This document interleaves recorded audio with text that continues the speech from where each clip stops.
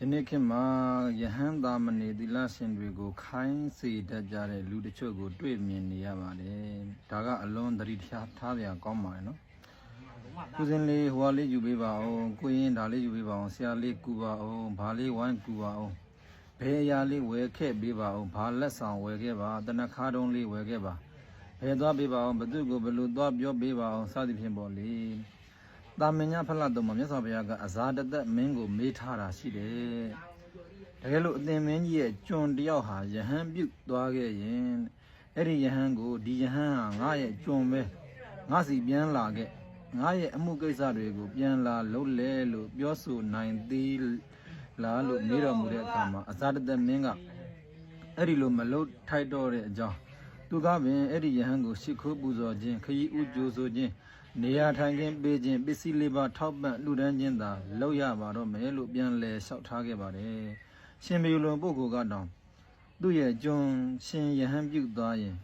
ခိုင်းစေခြင်းဟာမအပ်တော့ဘူး။တာမန်လူများအတွက်ဆိုရင်စဉ်းစားကြည့်ပေါ့လေ။ဘုရားရှင်လက်ထက်တော်ကဣ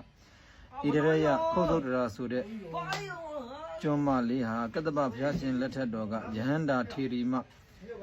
တာမဏေမတပားကိုခိုင်းစေမိလို့ဘဝ900တိုင်ကျွန်မဖြစ်ခဲ့ရတယ်။ဒါတကအမည်ရှိတဲ့မထေလောင်းဟာဆိုရင်လေကတ္တပဘုရားရှင်လက်ထက်တော်တုန်းကယဟန်တပားကိုအမှုကိစ္စတစ်ခုခိုင်းစေမိလို့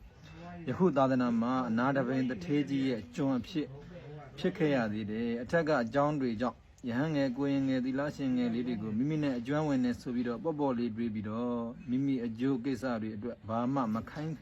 မိကြစေနဲ့ရုပ်စွာအစုံဘသူကိုဘာလေးပြောပေးပါအောင်ဆိုပြီးတော့လမ်းကြုံစကားတောင်မမှာကောင်းဘူး